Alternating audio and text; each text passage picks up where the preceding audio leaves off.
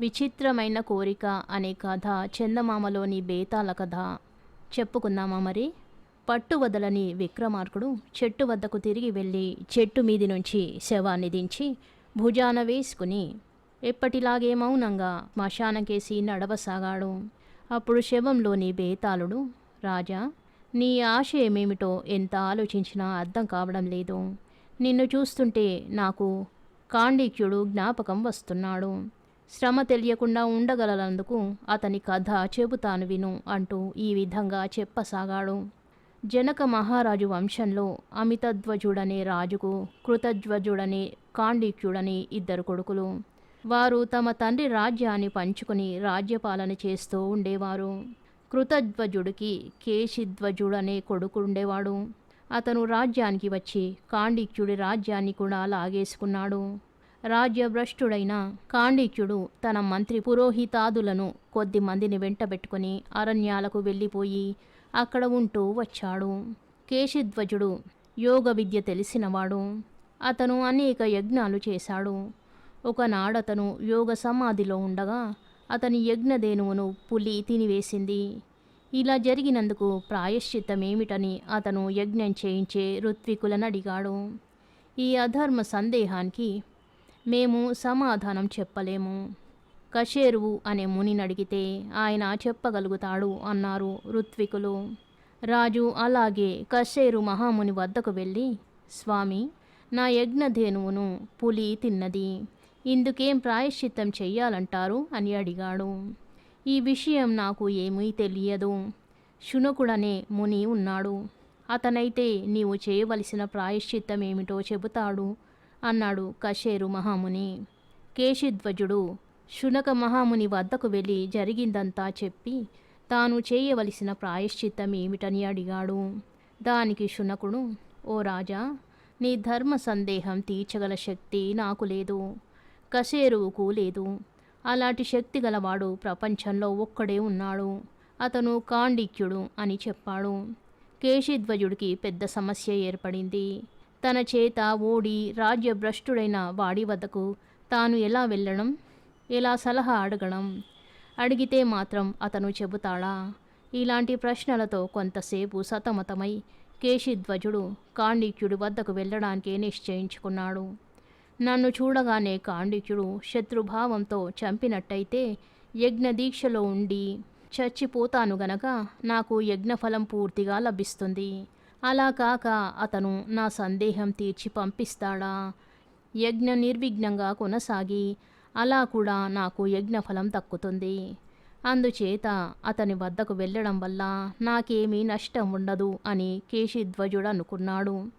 అతను తన రథమెక్కి అరణ్యంలో కాండిక్యుడుండే చోటికి బయలుదేరి వెళ్ళాడు. కాండిక్యుడు అతన్ని చూడగానే పట్టరాని కోపం వచ్చింది.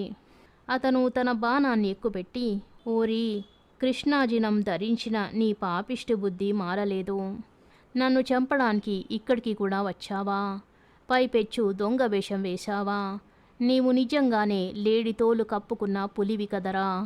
అనవసరంగా ఒకసారి నాతో యుద్ధం పెట్టుకుని నా రాజ్యం అపహరించావు. అంతటితో తృప్తి లేక నా ప్రాణాలు తీయడానికి మళ్ళీ వచ్చావు. నా రాజ్యాన్ని హరించిన వాణ్ణి నేనెందుకు చంపకూడదు? ఇప్పుడే నిన్ను సంహరిస్తాను అన్నాడు. ఈ మాట విని కేశిధ్వజుడు కాండిక్యుడికి నమస్కారం చేసి, బాబు, నేను నిన్ను చంపడానికి రాలేదు. ఒక ధర్మ సందేహం తీర్చుకోవడానికి వచ్చాను.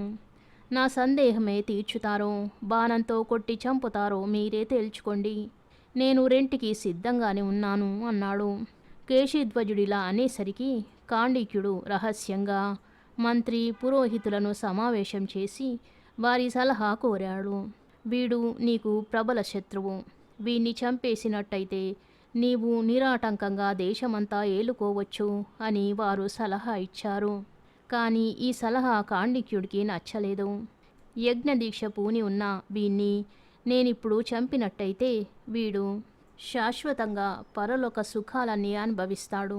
బతికి ఉండనిస్తే వీడికి ఇహలోక సుఖాలు తప్ప మరేమీ ఉండవు. అందుచేత వీణ్ణి చంపను అన్నాడతను.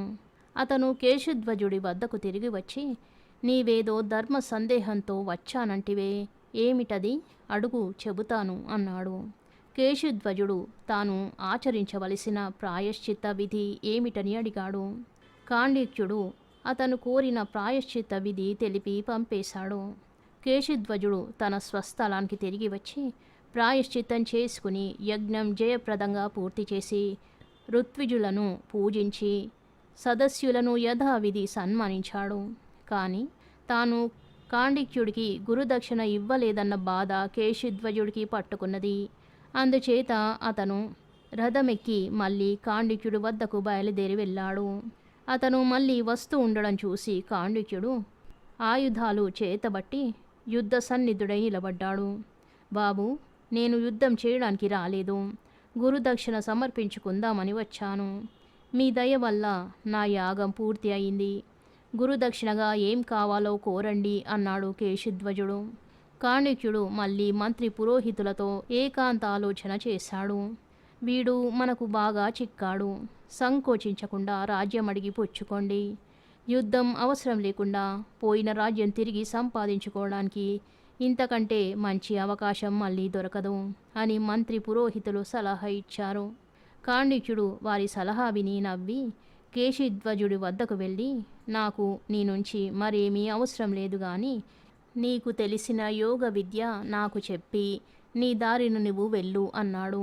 ఈ కోరిక విని కేశుధ్వజుడు కూడా ఆశ్చర్యపోయాడు. ఎందుకంటే అతను కూడా కాండిక్యుడి రాజ్యం ఇవ్వమంటాడనే అనుకున్నాడు. అతను కాండిక్యుడికి గురుదక్షిణ కింద తన యోగ విద్య ఇచ్చి తన దారిన తాను వెళ్ళిపోయాడు. బేతాళుడి కథ చెప్పి, రాజా, నాకొక సందేహం. కాండిక్యుడు మంత్రి పురోహితులు సలహా చెప్పిన మీదట కూడా తన విరోధి నుంచి రాజ్యం ఎందుకు కోరలేదు? వారి సలహా విని ఎందుకు నవ్వాడు? అతనికి రాజ్యం మీద ఇష్టం లేకనా, లేక కేశుధ్వజుడి పట్ల శత్రుభావం లేకనా? ఈ సందేహానికి సమాధానం తెలిసి కూడా చెప్పకపోయావో నీ తల పగిలిపోతుంది అన్నాడు. దానికి విక్రమార్కుడు, కాండిక్యుడు సుక్షత్రియుడు, అందుచేత అతనికి రాజ్యకాంక్ష పోవడం అంటూ ఉండదు. తన రాజ్యం అపహరించిన వాణ్ణి మిత్రుడుగా చూడడం అంటూ కూడా ఉండదు. అతను సుక్షత్రియుడు కనుకనే తన శత్రువును రాజ్యం అడగలేదు. రాజ్యం భుజబలంతో గెలిచేదే గాని యాచించి దానం పుచ్చుకునేది కాదు. తనకు రాజ్యాన్ని నిలబెట్టుకునే శక్తి చాలనందుచేతనే కేశుధ్వజుడు అతని రాజ్యాన్ని లాక్కున్నాడు. దాన్ని గురుదక్షిణగా స్వీకరించినా రేపు ఆ కేశుధ్వజుడే మళ్ళీ తనను జయించి ఆ రాజ్యాన్ని కాజేయవచ్చు. ఈ సంగతి మంత్రి పురోహితులకు తట్టలేదు.